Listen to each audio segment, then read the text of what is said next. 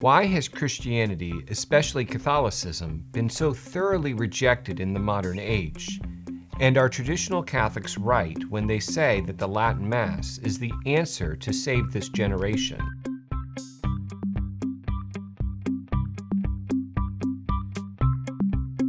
Modernism, all at once, has been the reason for a rise in secularism and hedonism, and in all of this confusion, our mission here has been to give you a reason to be Catholic and to share this Catholic faith with this, the lost generation.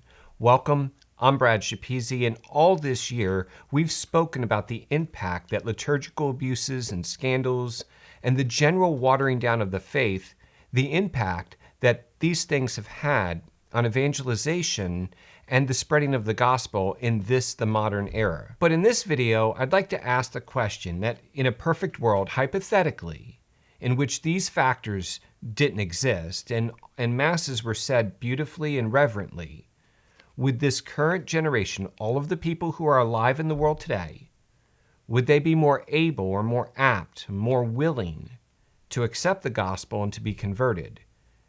I've already made the case in a previous video that this generation has rejected this faith, that they don't take this faith seriously because in our liturgies, it appears as though we don't take this faith very seriously. In that video, this is what I said. How can we expect them to believe when we act as though we don't?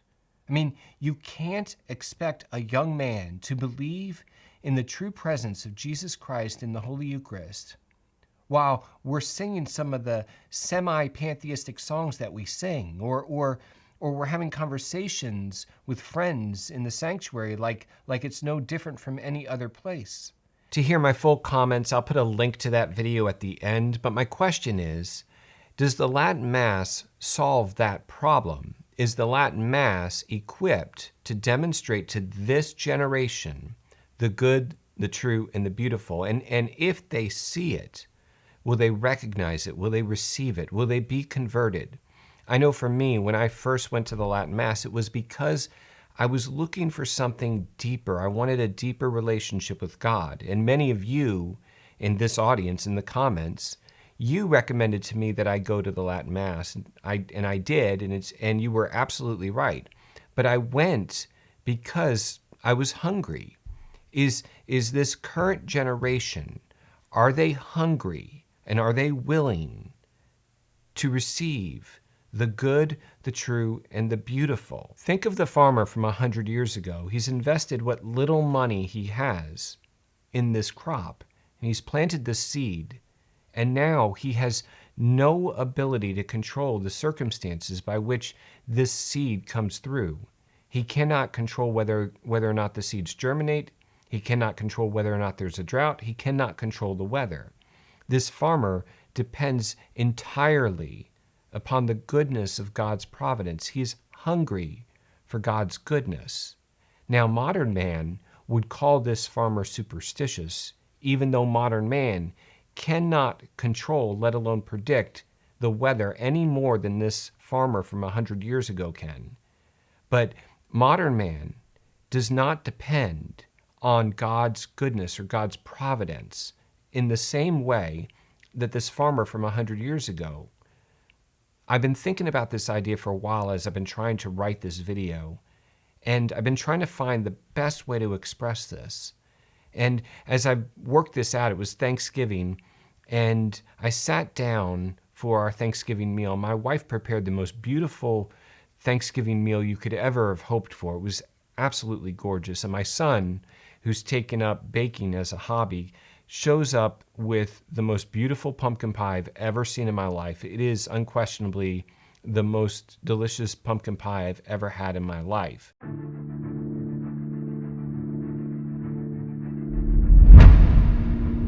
On Thanksgiving Day, when I sat down to this table and I looked at this banquet that lay before me, the most delicious meal that my family has had since my birthday sometime earlier in the year, I looked at this meal and there was nothing in me that was hungry for this meal. There was nothing here that I wanted. I thought to myself, I'm going to have to force myself to eat this meal, even though it's beautiful, even though my wife's been working on this for the whole day. I'm going to have to force myself to eat this. Why? We have a large family. You probably know the experience. You have to go to your in-laws and you have to go visit the other side of the family. And so by the time we sat down on Thursday for our Thanksgiving, we had already had 3 Thanksgivings. I was sick of turkey by this time, and there was nothing inside of me that was hungry. There was nothing about this, no matter how beautiful, no matter how good. There was no hunger inside of me for this. In ages past, the church would evangelize the culture by demonstrating to them the goodness of Christ, the truth of Christ, the beauty of Christ, and the culture would receive the good, the true, and the beautiful with joy. But I believe that this current generation is not hungry for the good, the true, and the beautiful. It's like a Thanksgiving meal that they don't want. They're not hungry for it. They had it last night at their in-laws' house. Depending upon God's goodness, they don't know what that is. That is to, like the farmer from 100 years ago, they don't know what it is to depend on God's providence. If they need something, all they have to do is just go right down to Walmart and pick it up, or that's literally Amazon delivering something right now. The truth of Christ, it's no longer attractive to them because it's been supplanted by this alternative truth, this scientism, this modern atheism. It's very seductive. It's like Gnosticism, and they no longer hunger for the truth because they're being fed something that as an alternative. And the beauty of Christ, when you think about the farmer from 100 years ago, when he walked into his parish church and he saw the stained glass windows, or he heard the choir praying the prayers of the Mass, these were the most beautiful things that he'd ever experienced in his entire life. But in our hedonistic society, where we've formed our hearts to be attracted to all of these sick things that we're attracted to nowadays, when we walk into a church, if there's any beauty in any of these modern churches anyways, but when we walk into a church, there's nothing about the beauty in a church that attracts us anymore. Now, in one of the previous videos, I made this allusion to this current generation being somewhat subhuman, that we have spent all of our energies focusing on filling our bellies or buying stuff or trying to fulfill every possible pleasure that we could possibly fill. And there's this quote inside Prince Caspian by C.S. Lewis. Lucy says, "Wouldn't it be dreadful if someday in our own world at home, men started to go wild inside like animals?" And I think this is what's happened. It's like a prophetic message that the people in our generation have gone wild inside. All we're pursuing, all we're forming our interior lives for is the Black Friday sales, or what can I get out of this? What pleasure can I have? We take for granted that we are prepared interiorly for our final judgment when we come face to face with God.